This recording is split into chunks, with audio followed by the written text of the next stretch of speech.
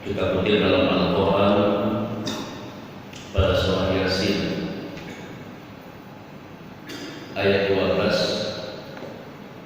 yang merupakan salah satu ayat yang sering kita lewati ketika kita membaca surah Yasin. Ayat ini Bapak dan Ibu memberikan beberapa informasi penting kepada kita. Yang pertama, Allah menyebutkan dan menyampaikan inna nahnu nuhyil mauta. Sesungguhnya kami menghidupkan orang yang telah mati. Kalimat ini memberikan salah satu informasi, memberikan sebuah bantahan yang terkait dengan orang-orang yang di luar Islam yang meyakini bahwa orang-orang yang sudah mati itu tidak akan dihidupkan lagi. Orang-orang yang sudah mati itu tidak mungkin dihidupkan lagi. Kalau sudah dikuburkan dalam tanah, ya dia menjadi tanah. Kalimat yang awal ini memberikan sebuah bantahan bahwa setiap yang hidup itu pasti mati, dan setiap yang mati itu Allah akan menghidupkan kembali. Tujuannya adalah liyabluwakum ayyukum ahsanu amalan. Allah ingin melihat siapa di antara kita yang paling baik amal ibadahnya. Ayyukum ahsanu amalan, kalimatnya adalah ahsanu amalan, bukan aktsaru amalan, bukan yang paling banyak, tapi yang paling berkualitas. Kalau banyak berkualitas itu bagus, tapi kalau banyak tidak berkualitas, kalau banyak tidak ada pedoman, ini tidak ada nilai di sisi Allah Subhanahu wa taala. Makanya Bapak dan Ibu, orang-orang yang beriman kepada Allah Subhanahu wa taala adalah orang-orang yang meyakini bahwa kiamat pasti datang dan dia akan persiapkan diri ketika kiamat itu datang.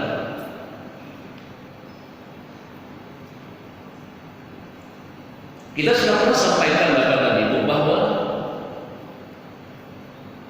pernah seseorang yang datang kepada Nabi Sallallahu Alaihi Wasallam menanyakan mata saat, kapan kiamat itu datang? Nabi Sallallahu Alaihi Wasallam ketika ditanya kapan kiamat itu datang, maka Nabi Sallallahu Alaihi Wasallam kembali bertanya kepada orang yang bertanya, apa yang sudah kau persiapkan ketika kiamat itu datang? Ini artinya bahwa ketika Nabi menyebutkan dan menyampaikan dan kembali bertanya apa yang sudah kau persiapkan bila kiamat itu datang, itu artinya kiamat itu pasti, dan setiap yang pasti mati itu akan dihidupkan kembali. Ini satu kalimat keyakinan yang membantah pemahaman orang-orang yang hari ini ada keyakinan orang yang mati tidak akan dihidupkan kembali. Makanya ayat ini sering terlewatkan ketika orang membaca surah Yasin, tetapi banyak orang yang tidak mencoba melihat apa yang terkandung dalam makna ayat yang dia bacakan. Itu yang pertama. Kemudian yang kedua, wa naktubu ma qaddamu.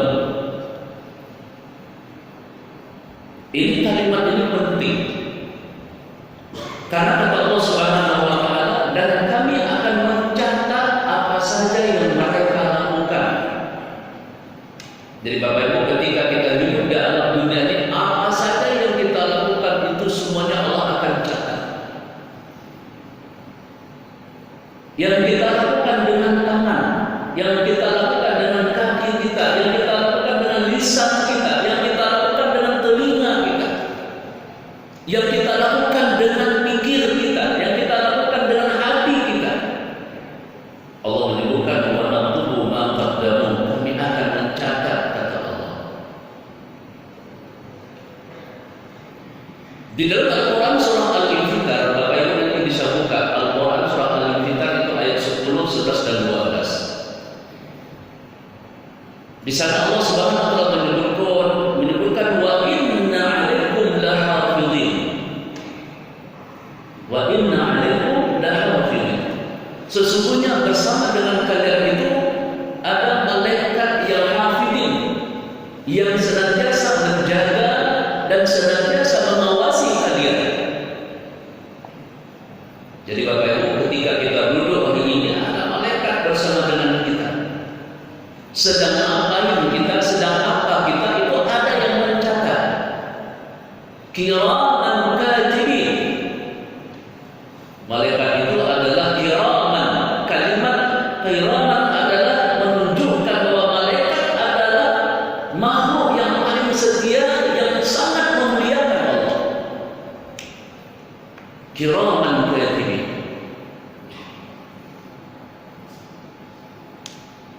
Karena kepatuhan para malaikat ini tidak terbantah, karena malaikat diciptakan adalah untuk patuh kepada semua yang Allah perintahkan. Maka semua yang diperintahkan oleh Allah ini dijunjung patuh dan dimuliakan oleh para malaikat.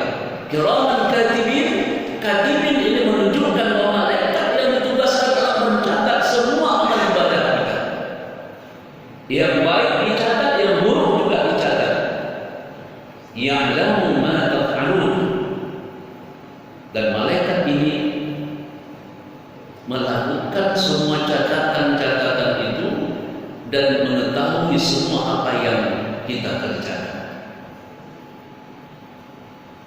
Nah, makanya pada itu, ketika orang beriman itu menyadari bahwa ada Allah dan Allah memberikan tugas kepada malaikat yang mencatat amal ibadah kita. Apakah amal ibadah itu yang baik? Apakah amal ibadah itu yang senantiasa bercampur dengan syirik? Atau sama sekali amal ibadah yang tidak dilakukan? Itu semuanya sudah ada catatan-catatan, dan ini tidak ada satupun amal ibadah yang tidak tercatat secara rapi. Kemudian yang ketiga, Allah Subhanahu wa taala menyebutkan wa asarahum. Ini penting juga. Setelah Allah mencatat semua amal ibadah kita yang kita lakukan, kata Allah wa asarahum, dan bekas-bekas yang mereka tinggalkan ketika mereka hidup di dunia. Bapak dan Ibu, para ulama memberikan penafsiran tentang kalimat ini. Wa atharahum ini ditafsirkan secara luas adalah semua bekas, semua bukti, semua tempat, kemana kita pergi, di mana kita duduk, apa yang kita lakukan, apa yang kita lihat, ini terekam dengan baik sebagai bukti fisik. Ketika Allah mengaudit kita, di mana kita duduk hari ini di masjid, bekas ini akan menjadikan saksi bukti fisik di hadapan Allah bahwa sungguh ini kita pernah duduk di sini.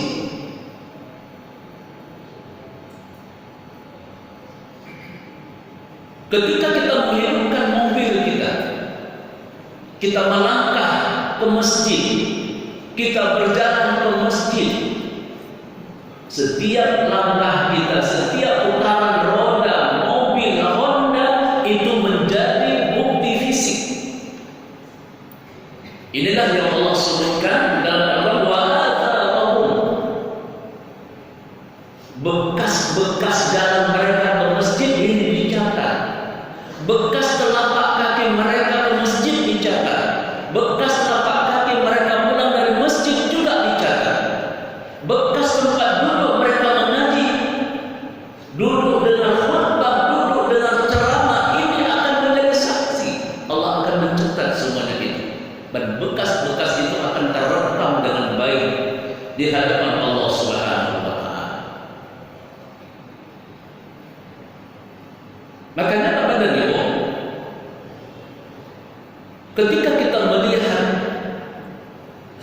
ayat ini muncul sebuah kesadaran bahwa apapun yang kita lakukan, kemanapun yang kita lakukan, kemanapun kita berjalan, itu semuanya akan tercatat dan terekam. Allah akan tampilkan besok di hadapan kita. Tentu orang yang beriman kepada Allah Subhanahu wa taala berusaha berbuat yang terbaik, berjalan ke tempat yang baik, melakukan tindakan-tindakan yang baik, berpikir yang baik, melihat yang baik, bicara yang baik, duduk tempat yang baik, agar besok apa yang dilakukan itu menjadi bukti fisik ketika Allah mengaudit amal ibadah kita. Bapak dan Ibu, di rumah kita atau di kantor kita, HP yang ada di tangan kita ini Bapak Ibu menjadi bukti fisik ketika Allah mengaudit kita.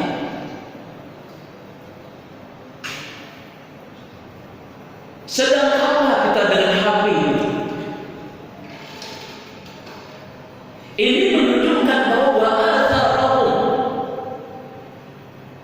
bukti ini, jangan kita pikir Allah tidak merekam tanggal sekian apa yang kita tonton, tanggal sekian apa yang kita lihat di HP itu. Allah akan mencatat semuanya itu. Makanya apa beliau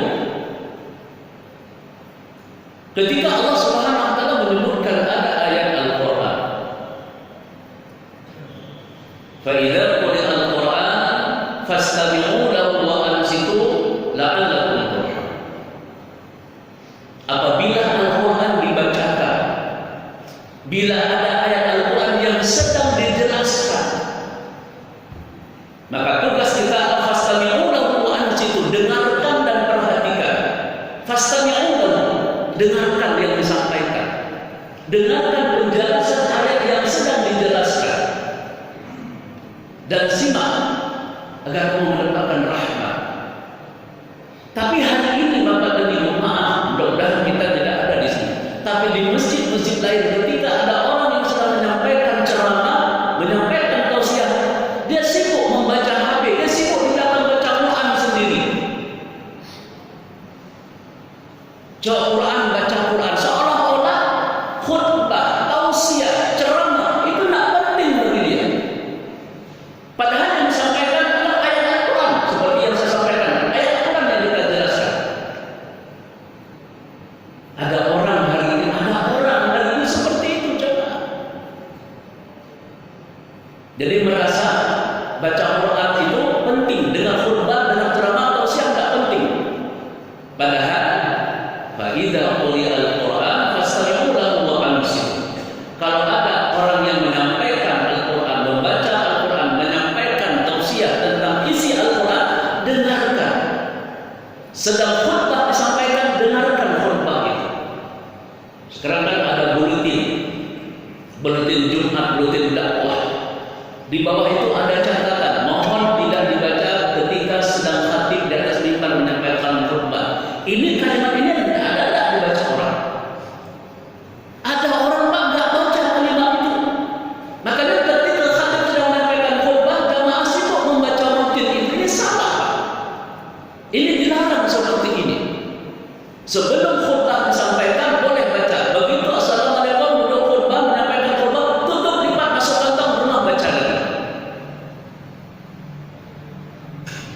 Harus begitu seharusnya untuk mendapatkan sebuah nilai di sisi Allah Subhanahu wa taala. Sehingga duduk kita ini menjadi saksi bahwa kita sedang mendengarkan penyampaian penjelasan ayat Al-Quran. Ini jemaah yang dimuliakan oleh Allah Subhanahu wa taala. Maka tidak ada sebuah hal kebaikan menurut kita ketika ada orang yang sedang menyampaikan kebaikan, menyampaikan tausiah, menyampaikan nasihat, kita sibuk dengan kegiatan-kegiatan lain yang di dalamnya itu tidak melahirkan sesuatu nilai positif yang bisa mendukung apa yang sedang disampaikan. Apalagi jemaah ketika hari Jumat orang lebih datang awal bukan untuk baca Quran, duduk cari tiang untuk bisa tidur. Dengan Mulai dari awal sampai akhir umur. Apa isi khutbah nggak tahu. Ini lebih parah lagi. Jadi kalau Nabi menyampaikan datang ke masjid lebih awal lebih bagus supaya fadilahnya banyak, betul. Tapi kalau datang ke masjid lebih awal cuma tidur saja, tak baca Quran, tak baca zikir, nah ini satu hal yang tidak ada nilai positif. Jadi datang ke masjid adalah merupakan satu hal yang sia-sia. Tidak ada aktivitas amal ibadah. Walaupun terkadang memang ada pemahaman datang ke masjid duduk iktikaf itu sudah ibadah. Tapi kalau cuma duduk iktikaf tidur saja tidak ada nilai plus. Ini Allah akan merekam dan terekam semuanya dalam kehidupan kita besok di akhirat. Dan kemudian wa kullu syai'in ahsaynahu fi imamin mubin. Yang keempat ini Allah ingatkan bahwa semua catatan itu kami kumpulkan, kami himpun di dalam sebuah kitab yang sangat jelas. Nyoba menyoikan do, kalau di sekolah ada buku induk siswa namanya. Buku induk siswa itu kan ada data, nama siswa, tempat tanggal lahir, alamat di mana, nomor HP-nya, nama orang tuanya. Ini data apa? Jadi kalau ingin melihat seorang siswa, lihat di buku induk lengkap datanya. Kalau di kantor mungkin ada buku induk PNS, ada buku induk karyawan. Ini apa? Data apa? Makanya Allah menyebutkan semua amal ibadah kita itu sudah terkumpul, terhimpun, tercatat secara jelas, secara rapi di dalam buku yang paling utama. Itulah yang kita sebut dalam buku induk tadi. Itulah buku catatan amal ibadah kita. Segala sesuatu. Maka Allah sebutkan wa kullu syai'in ahsaynahu, segala sesuatu kata Allah. Tidak terkecuali yang kita lihat, yang kita dengar pun begitu. Tidak terkecuali yang kita dengar, yang kita bicarakan juga seperti itu. Tidak ada bedanya. Makanya Bapak dan Ibu, itu tergantung kembalilah kepada kita semua. Makanya orang-orang yang beriman kepada Allah dan yakin di hari kiamat itu datang dan yakin ketika mati dibangkitkan, maka kita jagalah segala apa yang terbaik untuk diri kita, untuk diri kita. Makanya orang-orang yang ikut sunnah Rasul itu Bapak Ibu, itu hidupnya sangat bersahaja. Orang-orang yang ikut sunnah Rasul hidupnya bersahaja. Hana model-model juga, hana model-model kerajaan juga, karena berdoa nasi dan enggak lihat keburukan orang lain, keburukan diri sendiri juga. Jadi orang-orang yang cinta dengan sunnah ini selalu melihat, mengintrospeksi diri, enggak sibuk melihat kekurangan orang lain, tapi sibuk melihat kekurangan diri sendiri. Ketika diri sendiri ada yang kurang, apa yang ingin kita ciptakan supaya ada perubahan hidup. Dan orang-orang yang ikut sunnah ini tidak terprovokasi dengan situasi dan kondisi yang tidak memberikan manfaat untuk akhirat. Tidak mencerca, tidak mencaci, tidak menghina. Karena kalau kita menghina orang lain, orang juga akan kembali menghina kita. Kalau kita mencaci orang lain, orang akan kembali mencaci kita. Jadi nggak akan selesai hidup ini kalau itu kerja kita. Maka oleh karenanya Bapak dan Ibu, hiduplah kita dalam kebaikan, lihatlah kebaikan orang, sehingga kebaikan itu bisa kita contoh dalam kehidupan kita. Dan kemudian ada saudara-saudara kita, suruh lihat, dekatan, punah kira-kira yang ada Pak Lur enggak? Apa ada kira-kira yang kurang sama saya harus disampaikan supaya bisa saya perbaiki ini. Ini teman yang baik seperti itu Pak, teman yang baik seperti itu. Dekatan dulu, apalagi kita sekarang kita orang-orang yang sudah ini orang-orang yang sudah kuat dalam hati. Ini bisa dekatan dulu, pun kira-kira yang ada dulu supaya bisa perbaiki diri. Nah, ini orang yang terbaik dalam kehidupan. Yang terakhir jemaah yang dimuliakan oleh Allah Subhanahu wa taala, pada prinsipnya hidup kita tidak ada orang yang tidak punya salah. Prinsipnya tidak ada negeri yang tidak punya kekurangan. Abu Bakar As-Siddiq, orang yang dijamin oleh Allah, dijamin oleh Rasul masuk dalam surga. Maka Abu Bakar itu senantiasa ikut jejak Nabi Sallallahu Alaihi Wasallam. Apa yang dilakukan oleh Nabi dilakukan oleh Abu Bakar. Amalan Nabi dilakukan oleh Abu Bakar As-Siddiq. Karena Abu Bakar ingin sebagaimana yang dinyatakan oleh Rasul Sallallahu Alaihi Wasallam, anta ma'a man ahbabta, engkau bersama dengan orang-orang yang kau cintai besok di akhirat. Maka Abu Bakar ini selalu beriringan dengan Nabi. Apa yang amal Nabi dilakukan oleh Abu Bakar As-Siddiq. Rasul orang yang paling melihat kekurangan dan kesalahan sendiri. Abu Bakar pun demikian. Ingin selalu melihat kekurangan kesalahan di sini agar dia bisa memperbaiki. Sehingga satu hari Abu Bakar As-Siddiq bertanya dan meminta kepada Rasul, ya Rasul, tolong ajarkan kepadaku satu buah doa. Yang doa itu akan senantiasa aku baca dalam sholat. Tolong ajarkan aku ya Rasul. Sehingga Nabi Sallallahu Alaihi Wasallam mengajarkan doa kepada Abu Bakar As-Siddiq, dan doa ini dinukilkan dan tercantum di dalam hadis riwayat Imam Bukhari dan Muslim, adalah merupakan hadis yang sahih. Nabi menyampaikan dan mengajarkan Abu Bakar As-Siddiq satu doa yang senantiasa dibaca dalam sholat. Allahumma inni dhalamtu nafsi dzulman katsira wa la yaghfiru dzunuba illa anta faghfir li maghfiratan min 'indika warhamni innaka antal ghafurur rahim. Bapak Ibu, saya kira ini sudah biasa dihafal semuanya. Tinggal kita ini mengamalkan. Allahumma inni dhalamtu nafsi dzulman katsira. Ya Allah, sesungguhnya aku telah banyak melakukan kezaliman terhadap diriku sendiri. Ini Rasul Abu Bakar diajarkan.